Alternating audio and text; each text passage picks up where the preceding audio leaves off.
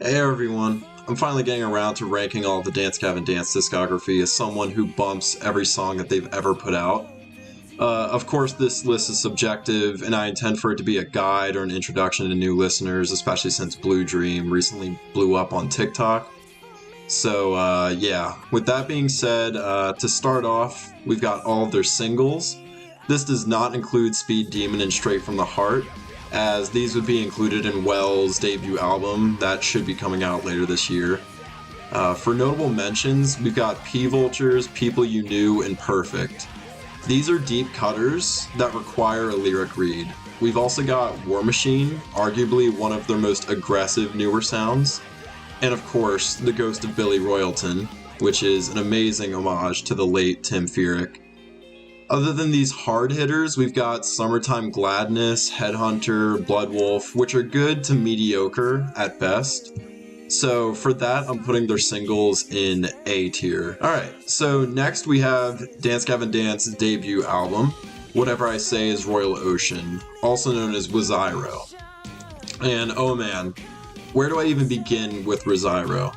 This album is an experience from start to finish, and I find myself religiously listening to and screaming every lyric to these songs. If you want a glimpse into the sadness of this album, pull out a picture of your closest loved one or lost lover, and stare at it for as long as comfortable. Turn off your lights, then skip to 3:11 of Burning Down the Nicotine Armour, and just listen. This album deserves S tier in every life I will ever live, and it's a testament to human existence, and I commend Johnny Craig for it. Next we have Downtown Battle Mountain. There are so many bangers packed into this album. I'd say the only mid song is Antlion, and I do not want that to drag the album down, where there are just so many songs on this album that shaped themes of future albums.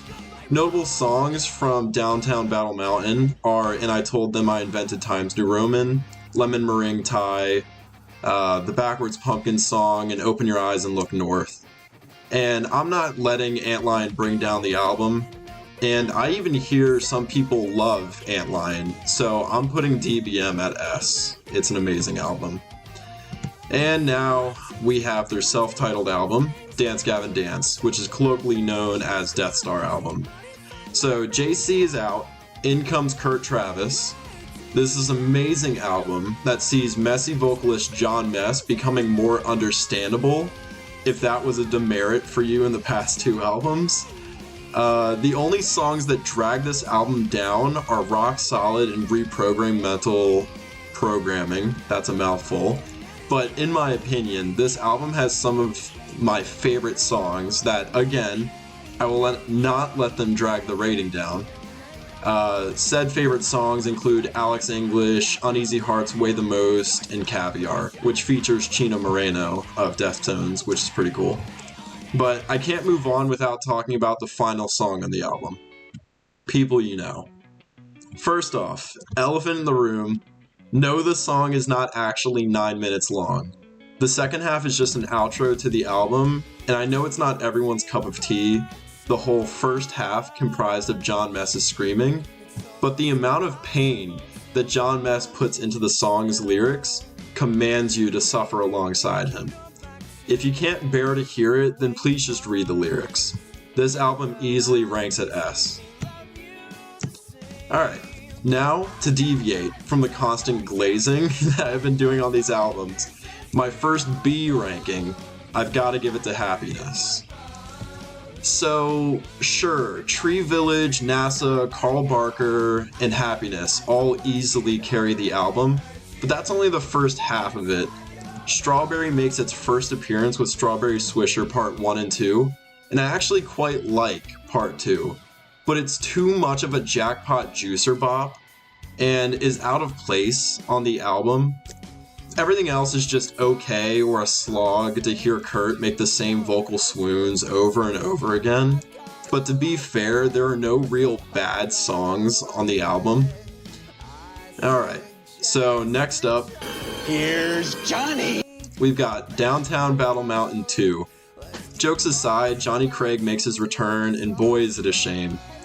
The only real saving grace on this album is the recently popular TikTokified song Blue Dream, which has the community back in shambles as new fans find out why they shouldn't listen to Dance Gavin Dance, or at least JC's songs.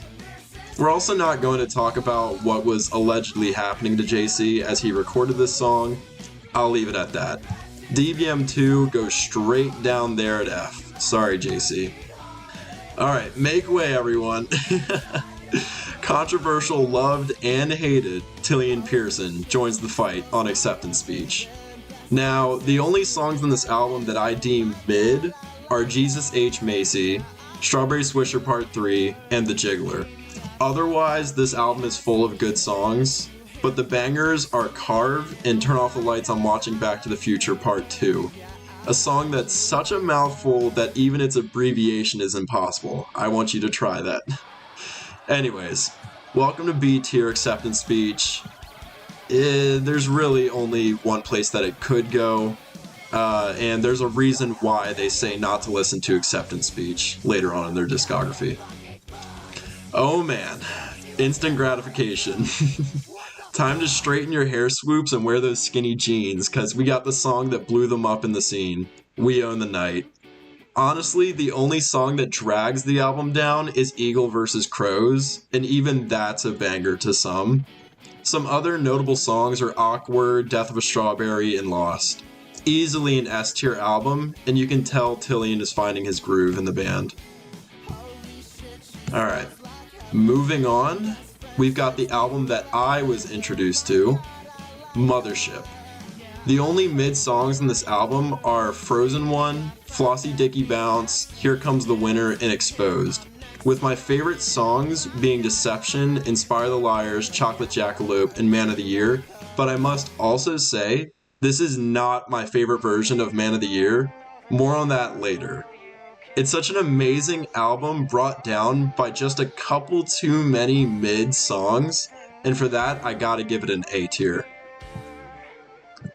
And as you can see there, I skipped over one of the albums. This is just going to be a preface. If you don't know Dance Gavin Dance, sometimes the singers remaster old songs in a live performance. These are put into a Tree City Sessions. Usually they're the band's most popular songs up until that point, or songs the band wanted to throw in. My favorites from the first TCS are Alex English and Tree Village. Everything else, you're better off just listening to the originals. For that, this album gets the first C tier. Alright, next we've got Artificial Selection. Oh man. This album is jam-packed with a hard emphasis on jam. Son of Robot, Midnight Crusade, Care, Count Basie, Shelf Life, Gospel Burnout, and the Cumulation song of their previous albums, Evaporate. A track so heavy and intimate you'd think two gorillas made love on it. But seriously, it's such a heartwarming piece, especially when hearing the backup vocalist at the time, Andrew Wells, making multiple appearances and masterminding the credit recalls to previous tracks. You've got everything on this album. Poppy jams, crashing vocals, homages, heavy instrumentals. There's something for everyone here, with only a few mid songs, which is why it goes in A. Alright, full disclosure on this next album, Acceptance Speech 2.0 was just an overhaul of the original recordings to give more kick and bass. If you prefer those things, then choose this album over the original. I'll just put it next to the original because it's not big enough of a difference. Okay, next we move on to Afterburner. There is so much going on in this album. Tillian really pushes his vocals and it's immediately noticeable on Prisoner. You can also tell how experimental the instrumentals got. It's a by definition piece of work. The only songs that drag this album down are Three Wishes, Parallels, and Night Sway. Otherwise, all bangers. Andrew Wells comes back for a beautiful performance in Nothing Shameful at 1:43. Now with an official feature, though. Like I said, the rest are bangers besides the few mentioned before, which is why it goes an A. It's Tree City Sessions 2, a masterclass of a performance, and I highly suggest watching the full thing wherever you can find it on the internet. I prefer almost every remaster on this one, but I want to give a star-bright, shining spotlight to Man of the Year. The pain, the suspense, the instrumentals, the crashing vocals. It's a true masterpiece in every regard. It is by far my most listened to track of the entire discography.